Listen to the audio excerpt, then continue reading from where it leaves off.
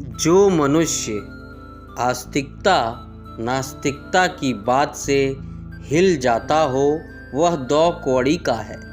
उसका क्या मूल्य है? वह नास्तिकता से भी गई बीती है। कम से कम नास्तिक आस्तिकों से डरते तो नहीं। मैंने ऐसा कभी नहीं देखा कि नास्तिक आस्तिक से डरता हो कि यह हमको डिगा देगा। एक नास्तिक नहीं डरता। नास्तिक तलाश करता है कि आस्तिक कहाँ है कि उसको डिगाए। यह बड़ी हैरानी की बात है। नास्तिकों ने अपनी किसी भी शास्त्र में नहीं लिखा है कि आस्तिकों की बातें मत सुनना, क्योंकि उससे मन में शंका पैदा होगी। आस्तिकों ने लिखा है नास्तिकों की बातें मत सुनना, उनके शास्त्र मत पढ़ना, क्योंकि उससे मन डिगता है। लेकिन ध्यान रहे, मन डिगता तभी है जब मन डिगने की हालत में होता है। जब आप हिलना चाहते हैं तभी कोई हिला सकता है। तो मैं तो कहता हूँ कि अगर आप आस्तिक हैं तो नास्तिकों को अपने आसपास बसा लेना। वे आपको हिला हिला कर मौका देते रहेंगे कि आप हिल सकते हैं कि नहीं हिल सकते हैं। और अगर नास्तिक हिला देता हो तो समझना कि अभी आस्तिकता पैदा नहीं हुई।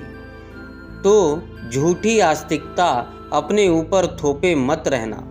लेकिन मुझे ऐसा लगता है, इसलिए दुनिया में इतने आस्तिक मालूम होते हैं। झूठे ही होंगे, नहीं तो ज़मीन बदल जाए। ज़मीन पर कितने आदमी आस्तिक हैं। सो मैं कभी एकाध नास्तिक होता है। 100 में से कभी कोई एकाध नास्तिक होता है। 99 तो आस्तिक ही होते हैं। ये 99 आस्तिक इस ज़मीन को धार्मिक नहीं बना पाते और एक नास्तिक इस ज़मीन को अधार्मिक बनाए हुए है। आश्चर्य है, ये 99 आस्तिक झूठे हैं। इनके भीतर कोई आस्था नहीं है। ऊपर ऊपर से थोप कर इन्होंने अपने को संभाल रखा है और ये भयभीत है। भयभीत तभी होता है जब स्वयं के भीतर संदेह है। कोई आपको संदिग्ध नहीं कर सकता, लेकिन आप संदिग्ध हैं ही। सिर्फ ऊपर से आपने एक आवरण बना लिया है दृढ़ निश्चय का। इसलिए जब भी कोई संदेह की बात करता है तो आपके भीतर के संदेह तरंगे लेने लगते हैं। वे भीतर छिपे हैं। जो भीतर छिपा है वही आप में पैदा किया जा सकता है। इसे आप एक परम सिद्धांत समझ ले।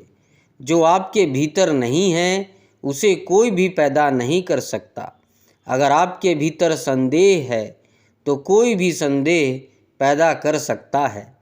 अगर आपके भीतर श्रद्धा है तो ही कोई आपके भीतर श्रद्धा पैदा कर सकता है।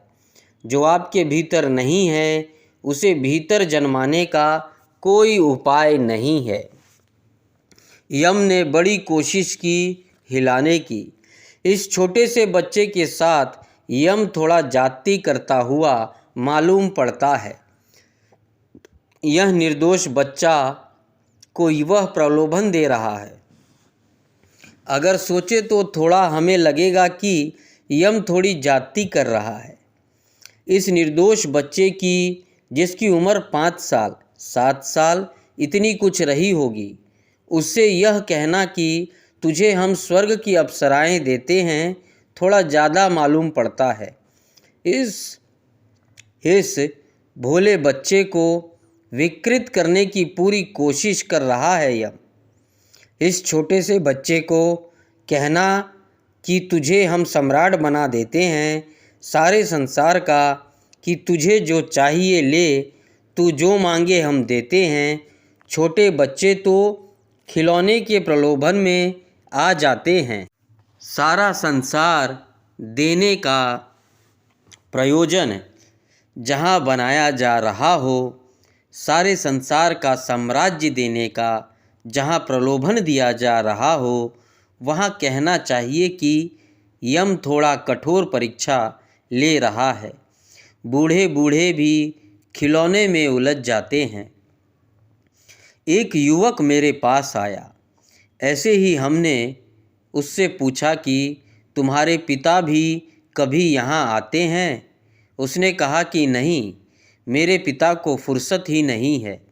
वे अपनी कार ही साफ करते रहते हैं, चलाते भी नहीं कि खराब ना हो जाए। सुधार करवाते रहते हैं, कभी यह बदलेंगे, कभी वह बदलेंगे, कभी नया कुछ साज सामान डालेंगे, सजाएंगे, और दिन भर वे कार में ही लगे हुए हैं। उनको फुर्सत नहीं। मेरी माँ आना चाहती है, उस युवक ने कहा, लेकिन पिताजी घर में रहते हैं 24 घंटे, तो वह भी नहीं आ सकती है।